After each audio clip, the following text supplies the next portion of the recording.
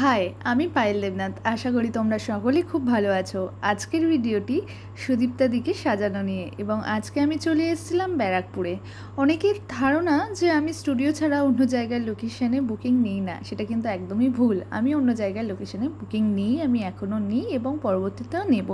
হ্যাঁ, তবে যেগুলো নভেম্বর টু মার্চ মাসের পিক ডেট থাকে বিয়ের সিজনে, তখন একটু অসুবিধা হয়ে যায় লোকেশন বুকিং নেওয়া। যখন স্টুডিও বুকিং অলরেডি আমার আগে থেকে হয়ে থাকে, তখন আমার পক্ষে সম্ভব হয় না যে লোকেশানে গিয়ে বুকিং নেওয়া।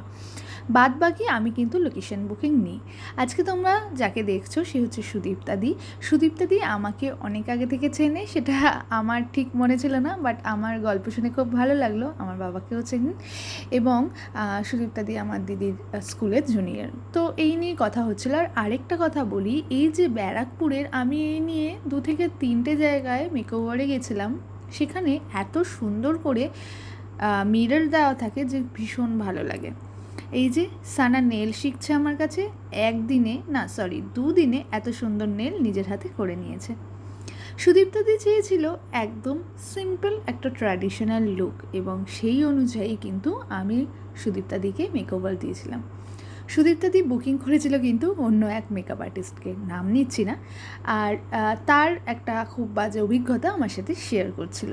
যাই হোক, সবারই কিছু না কিছু প্রবলেম থাকে, বাট আমি একটা কথা বলবো সমস্ত মেকআপ আর্টিস্টদের, যে হট করে কোনো বুকিং ক্যান্সেল করো না, অনেকটা আগে থেকে জানাও, যাতে সেই মেকআপ আর্টিস্টের অন্য কোনো সেই ক্লায়েন্টের অন্য কোনো মেকআপ আর্টিস্ট খুঁজতে খুব ইজি হয়। সুদীপ্তাদি আমার কাছে একটা ফ্ললেস লুক চেয়েছিল, তার জন্য এয়ার ব্রাশ সাজেস্ট করেছিলাম, এবং প্রিমিয়াম একটা বার্থডে পার্টির মেকওভার ছিল, যেটা আমি এয়ার ব্রাশে এবং সমস্ত হ্যান্ড ব্র্যান্ডের প্রোডাক্ট দিয়ে ইউজ করি। এবং সুদীপ্তাদিকে একদম ন্যাচারাল, যেরকম সুদীপ্তাদির টোন সেই ওয়াইজ কিন্তু মেকআপটা করি। তোমরা কিন্তু অবশ্যই জানাবে মেকআপটা কেমন লেগেছে। যেটা বলছিলাম, ব্যারাকপুরের প্রত্যেকটা হল, প্রত্যেকটা ব্যানকোয়েট ভীষণ সুন্দরভাবে মেকআপ আর্টিস্টদের জন্য অর্গানাইজ করা থাকে। মানে রুমে একটা খুব সুন্দর করে একটা মিরর থাকে, এবং সেখানে প্রোডাক্ট রাখার বেশ সুন্দর জায়গা থাকে।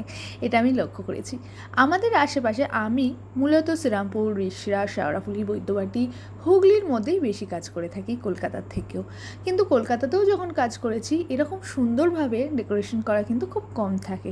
তাই বলবো, তোমরা এত টাকা নাও যারা ব্যানকোয়েটের ওনাররা আছো, তো প্লিজ আমি বলবো যে এইটুকুনি একটা বড় মিরর এবং তার সামনে একটু স্পেস, এইটুকুনি কিন্তু করাই যেতে পারে মেকআপ আর্টিস্টদের জন্য, কারণ প্রত্যেকেই প্রায় ব্যানকোয়েটে গিয়ে কিন্তু মেকওভার করে।